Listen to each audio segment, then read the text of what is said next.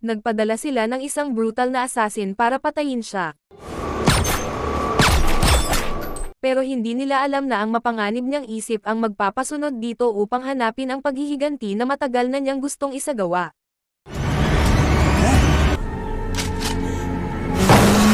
Nagsisimula ang pelikula sa isang napakalaki at sobrang marangyang bahay, kung saan ang isang mayamang lalaki na nagngangalang Hato ay kasama ang kanyang mas batang asawa.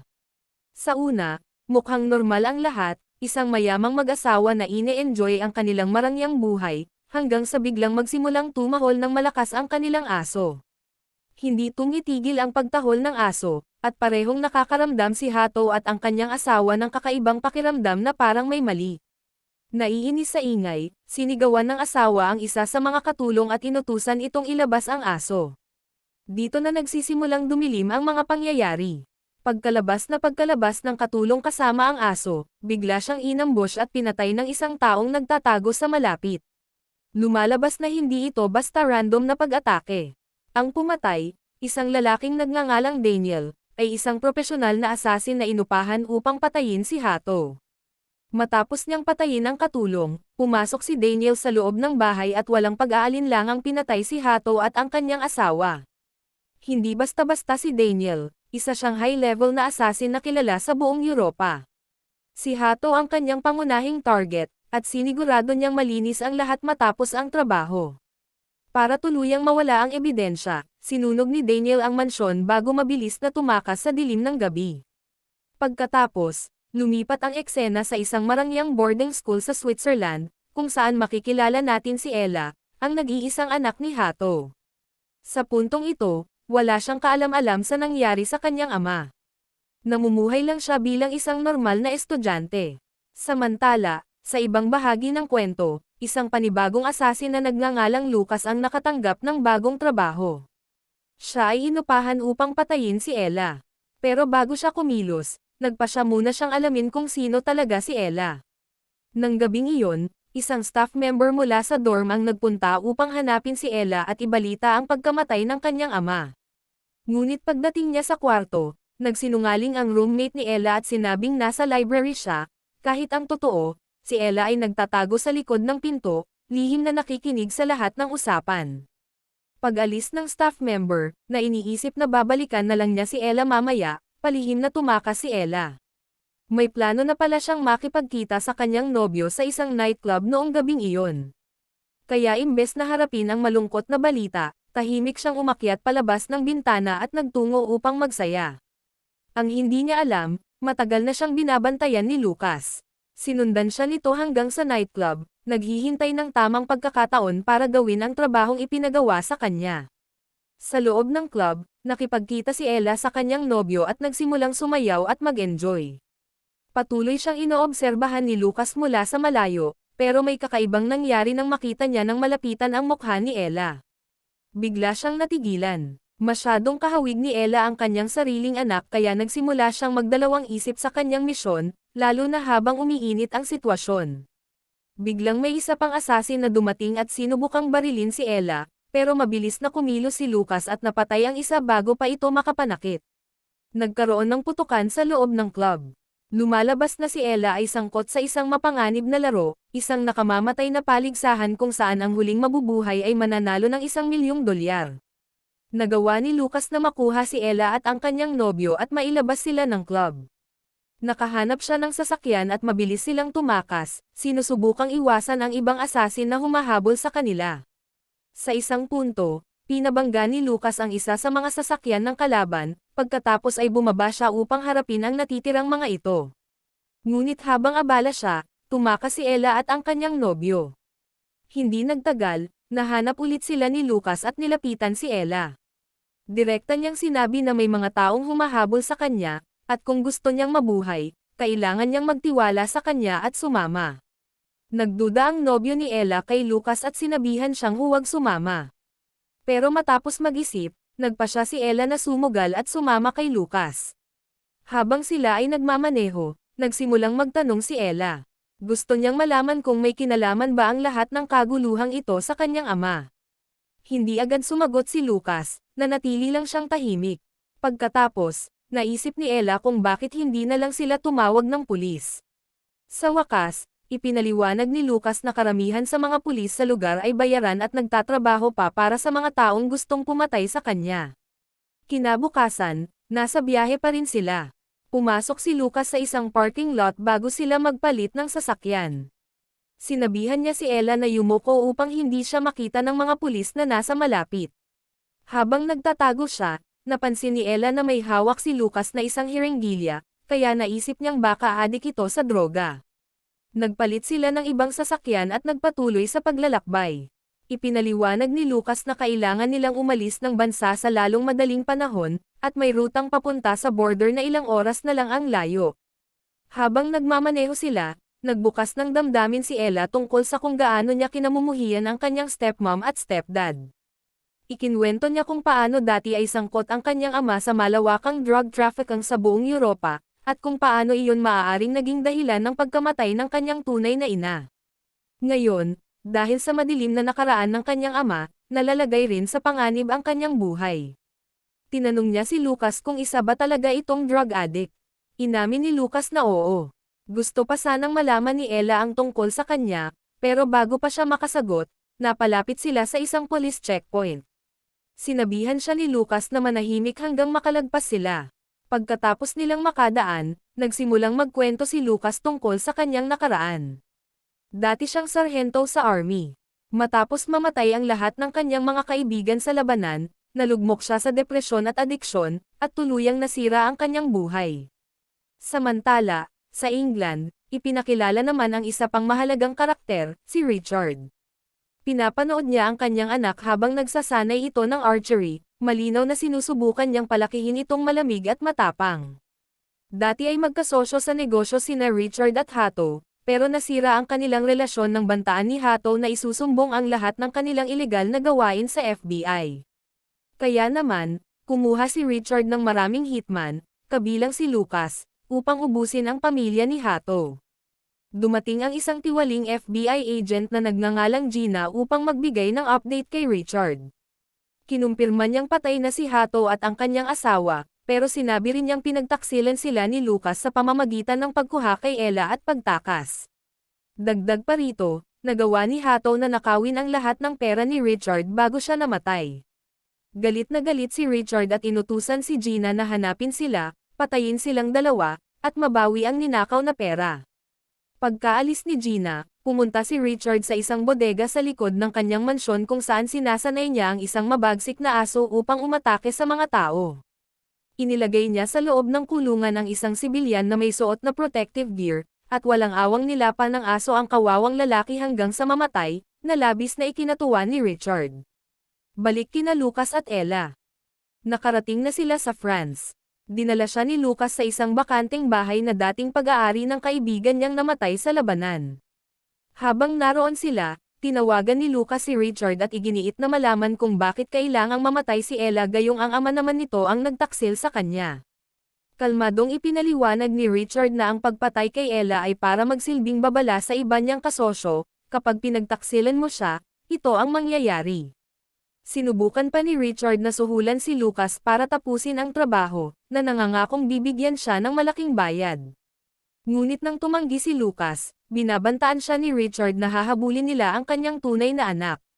Ngayon, nasa isang napakahirap na sitwasyon si Lucas, poprotektahan ba niya si Ella o ililigtas ang sarili niyang pamilya?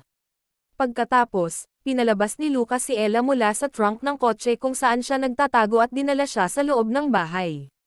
Humingi si Ella ng pahintulot na gumamit ng banyo at nakakita siya ng teleponong nakalapag.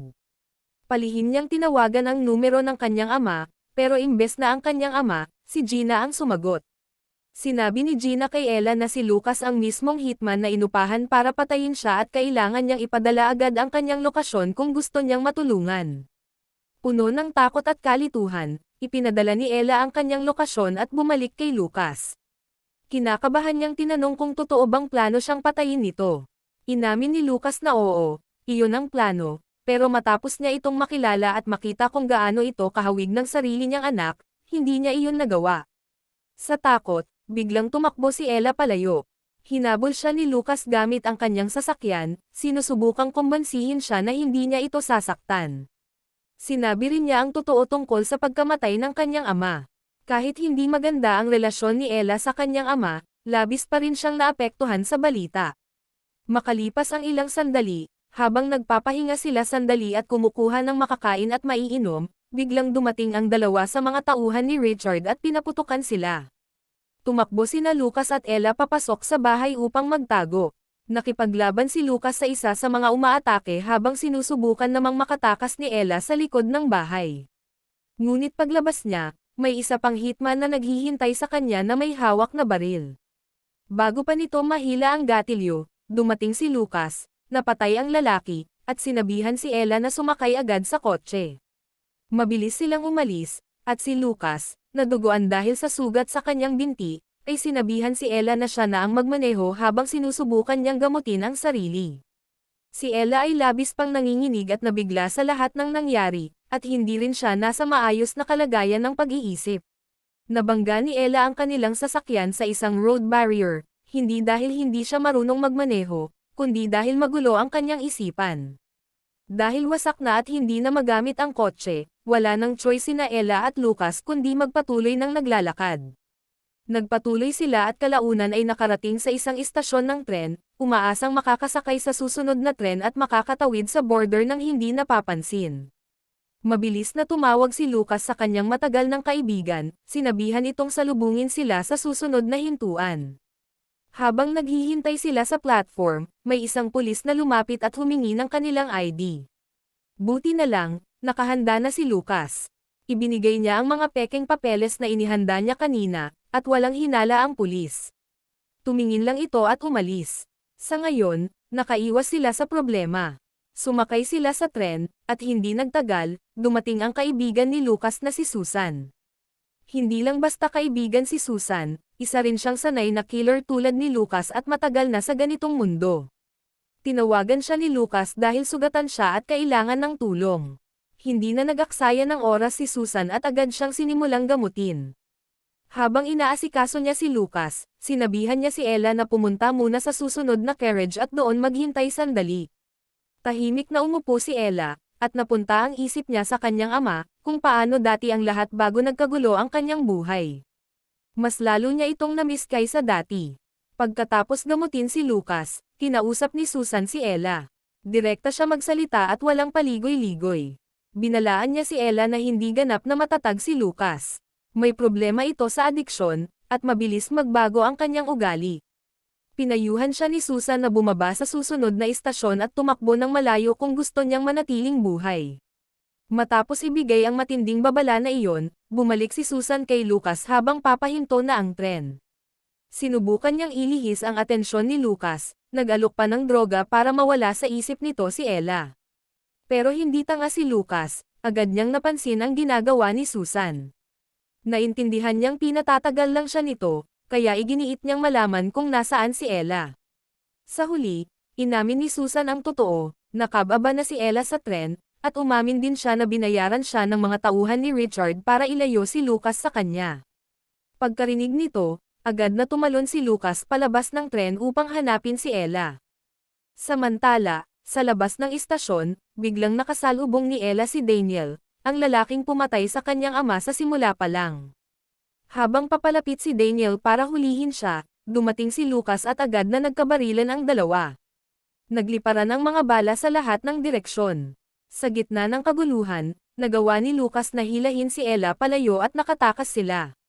Napagdesisyonan nilang kailangan na talaga nilang magtago ng tuluyan, kaya nagplano silang maglayag papuntang England. Habang nasa barko sila, diretsahang tinanong ni Ella si Lucas kung balak ba talaga siyang patayin noon. Hindi siya sinagot ng direkta ni Lucas. Sa halip, tinuruan niya si Ella kung paano humawak ng baril at ipagtanggol ang sarili. Pero hindi pumayag si Ella na palampasin iyon at patuloy siyang nagtanong. Doon, itinutok ni Lucas ang baril ni Ella sa sarili niyang dibdib at sinabi na kung hindi siya nito mapagkakatiwalaan, barilin na lang siya ngayon din. Hindi kinalabit ni Ella ang gatilyo. Pinili niyang magtiwala kay Lucas. Pagdating nila sa England, dinala siya ni Lucas sa isang luma at maalikabok na bahay na matagal na niyang hindi napupuntahan. Sa loob, humingi ng mga sagot si Ella. Tinanong niya kung sino ang nasa likod ng lahat, ang mga pagpatay, ang habulan, at ang pagtataksil.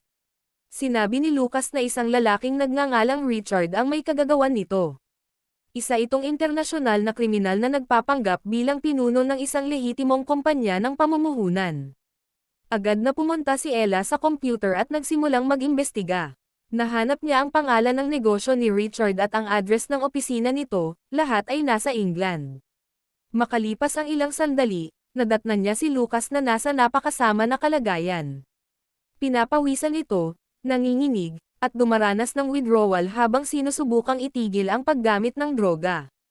Hiniling ni Ella na tulungan siyang habulin si Richard kapalit ng dobleng bayad, dahil siya na ngayon ang nag-iisang tagapagmana ng kayamanan ng kanyang ama. Pero halos hindi na makasagot si Lucas. Nakahiga lang siya, tila wala sa sarili. Dahil napagod na sa paghihintay, kinuha ni Ella ang isang baril at mag-isa niyang pinuntahan ang opisina ni Richard, kahit papilit siyang pinigilan ni Lucas sa kabila ng kanyang mahinang kalagayan. Pagdating niya sa opisina, lumapit siya sa receptionist at kalmadong sinabi na gusto niyang makausap si Richard, at handa na siyang sumuko. Makalipas ang ilang minuto, lumabas si Richard upang harapin siya. Agad na inilabas ni Ella ang kanyang baril at itinutok ito sa kanya. Ngunit ng oras na para kalabitin ang gatilyo, hindi niya ito nagawa. Nanginginig ang kanyang mga kamay. Natarante siya at tumakbo palayo. Paglabas niya, naghihintay na ang mga pulis. Inaresto siya at dinala sa istasyon. Samantala, si Gina, ang tiwaling FBI agent, ay tumawag kay Richard at sinabi sa kanya na ang lahat ng ninakaw na pera ng ama ni Ella ay nasa isang Swiss bank account na nakapangalan kay Ella. Ang problema, kailangan nila ang pahintulot niya para ma-access iyon. Pagkarinig nito, inutusan ni Richard si Gina na palayain agad si Ella sa kustodiya. Nang gabing iyon, pinalaya si Ella, at naroon na si Gina, nagpapanggap na tagapagligtas niya, na sinasabing tutulungan siyang makabalik sa Amerika. Pero naka-recover na si Lucas mula sa kanyang withdrawal at kumikilos na. Nakakita siya ng isang malapit na security camera at nakita ang mga tauhan ni Richard na palihim na pumapasok sa lugar. Hinarang niya ang mga ito at isa-isang pinabagsak. Sinubukan ni Lucas na magpadala ng mensahe sa pamamagitan ng isa sa mga tauhan. Gusto niyang umatras si Richard at tigilan na si Ella. Pero nang tumanggi ang lalaki na makipagtulungan, pinatay siya ni Lucas. Bigla namang dumating si Susan, nakatutok ang baril kay Lucas.